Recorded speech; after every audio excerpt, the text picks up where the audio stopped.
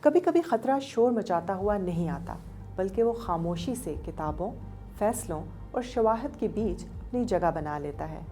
آج بین الاقوامی قوانین کو ایسا ہی ایک خاموش خطرہ درپیش ہے، مصنوعی ذہانت یعنی آرٹیفیشل انٹیلیجنس کا خطرہ۔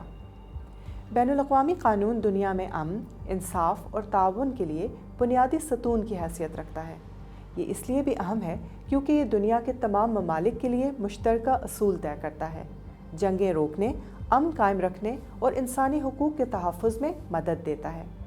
ممالک کے درمیان تنازعات کو طاقت کے بجائے قانون کے ذریعے حل کرنے کا راستہ دکھاتا ہے۔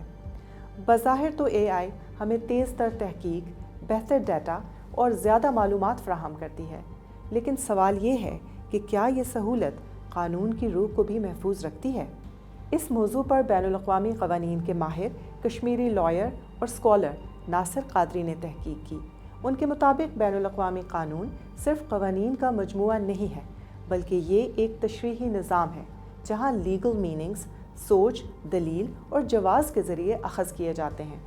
اس لیے Vienna convention on law of treaties واضح طور پر یہ کہتا ہے کہ کسی معاہدے کی تشریح اس کے متن، سیاق و سباق، مقصد اور سبسیکوینٹ پریکٹس کو سامنے رکھ کر ہی کی جا سکتی ہے۔ یہی طریقہ بین الاقوامی عدالت انصاف اور دیگر عدالتیں اختیار کرتی ہیں، جہاں ہر نتیجے کے پیچھے واضح استدلال، قابل شناخت ذرائع اور شفاف منطق ہوتی ہے۔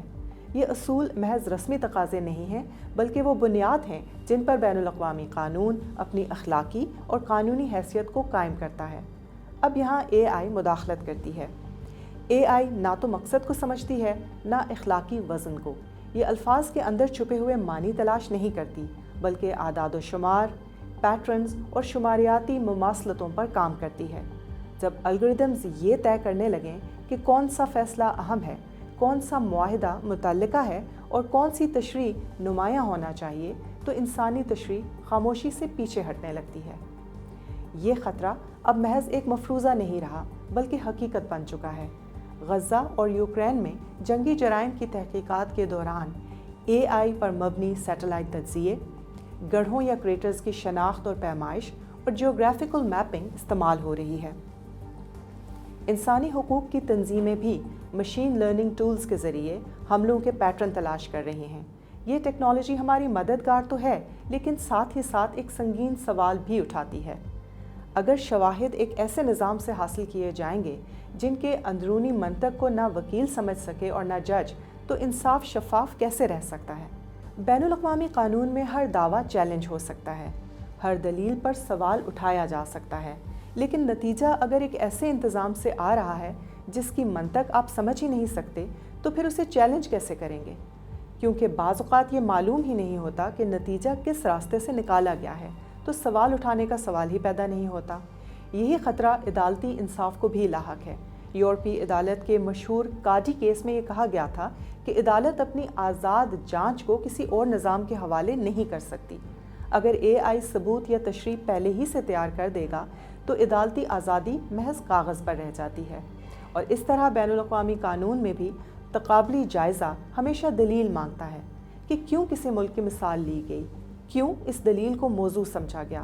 مگر اے آئی یہ وضاحت نہیں کرتی، یہ صرف وہی دکھاتی ہے جو ڈیجیٹلی زیادہ دستیاب ہو، نہ وہ جو قانونی طور پر زیادہ ریلیونٹ یا موزوں ہو۔ طاقتور کے پاس ہمیشہ بہتر ٹیکنالوجی ہوتی ہے اور کمزور کے پاس صرف کہانی۔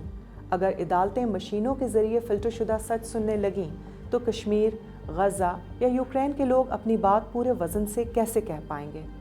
تو پھر اس کا حل کیا ہے؟ حل اے آئی کو رد کرنا نہیں ہے، بلکہ یہ یقینی بنانا ہے کہ قانون اس کے تابع نہیں ہونے دیا جائے گا۔ یورپی یونین کا مصنوعی ذہانت ایکٹ انسانی نگرانی، شفافیت اور جواب دہی پر زور دیتا ہے۔ اسی طرح اقوام متحدہ کا انسانی حقوق کا دفتر بھی یہی کہتا ہے۔ بین الاقوامی قانون اسی اصول پر قائم رہ سکتا ہے کہ فیصلہ انسان کرے گا، الگوریدم نہیں۔ آخرکار قانون کی ساکھ اعداد و شمار سے نہیں، بلکہ عوامی دلیل اور قابل فہم جواز سے ملتی ہے۔ اے آئی یعنی آرٹیفیشل انٹیلیجنس اس میں ہماری مدد تو کر سکتی ہے، لیکن اگر اس نے قانون کی تشریح اپنے ہاتھ میں لے لی تو ہم انصاف نہیں، صرف نتائج پیدا کریں گے۔ اور تاریخ ہمیں یہ بتاتی ہے کہ جہاں دلیل ختم ہو جائے وہاں قانون بھی زیادہ دیر تک زندہ نہیں رہتا۔ پاکستان کے عدالتی نظام کو بھی اس معاملے پر جلد از جلد سوچنے کی ضرورت ہے، کیونکہ آنکھیں بند کر لینے سے خطرہ ٹل نہیں جاتا۔